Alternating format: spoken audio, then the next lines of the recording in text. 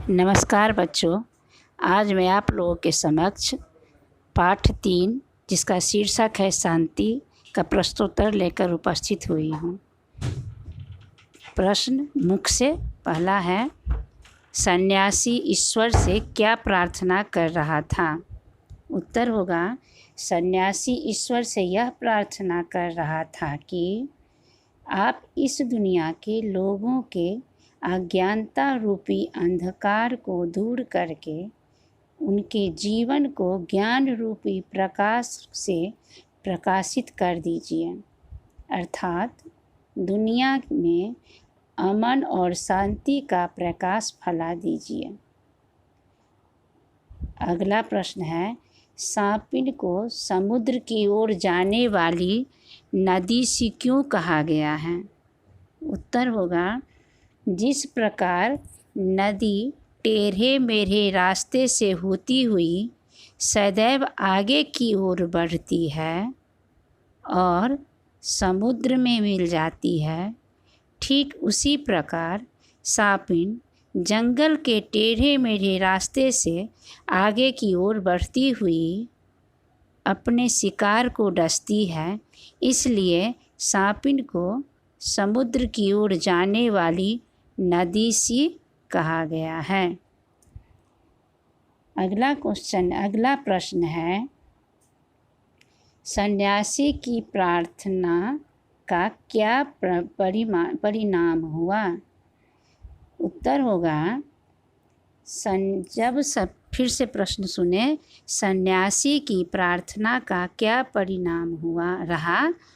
उत्तर होगा, जब सन्यासी को दूर से चील, सांप और आदमी एक दूसरे के पास सोए हुए प्रतीत हो रहे थे, तो योगी को सभी सजीवों में बंधुता का निर्माण देखने से अपनी प्रार्थना के सफल होने का उसे भ्रम हुआ।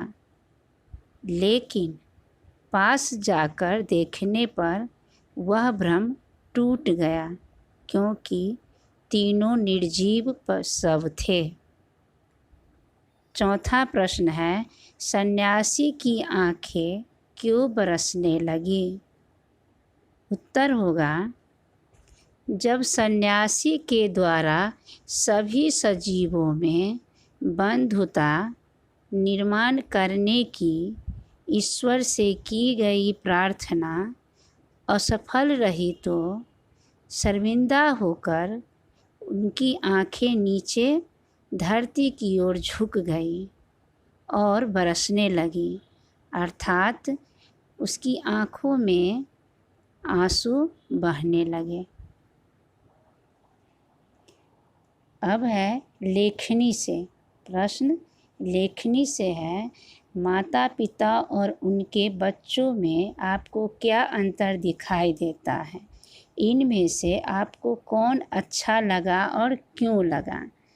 उत्तर होगा, ध्यान से सुने, माता पिता और उनके बच्चों में यह अंतर दिखाई दिया कि माता पिता का मन ईर्ष्या, द्वेष और शत्रुता से भरा हुआ था। वे हिंसक हो गए थे, लेकिन बच्चे निश्चल और उदार थे। उनमें भाईचारे और परोपकार की भावना थी। इसलिए मुझे उनके बच्चों की सोच अच्छी लगी। अगला प्रश्न है, चील, भील और सांप के बच्चे अपना भोजन छोड़ने के लिए क्यों तत्पर हो गए? उत्तर होगा, चील, भील और सांप के बच्चे अपना भोजन छोड़ने के लिए इसलिए तत्पर हो गए थे क्योंकि उनमें भाईचारे, दया, करुणा और परोपकार की भावना थी। वे सबके साथ मिलजुल कर शांति के साथ रहना चाहते थे। अगला प्रश्न है, कहानी में कौन किसे मारना चाहता है? इसका उत्तर होगा, फिर से कुछ प्रश्न सुने। कहानी में कौन किसे मारना चाहता है? कहानी में चील सपोले को, भील चकुले को और सांप भील को मारना चाहता है।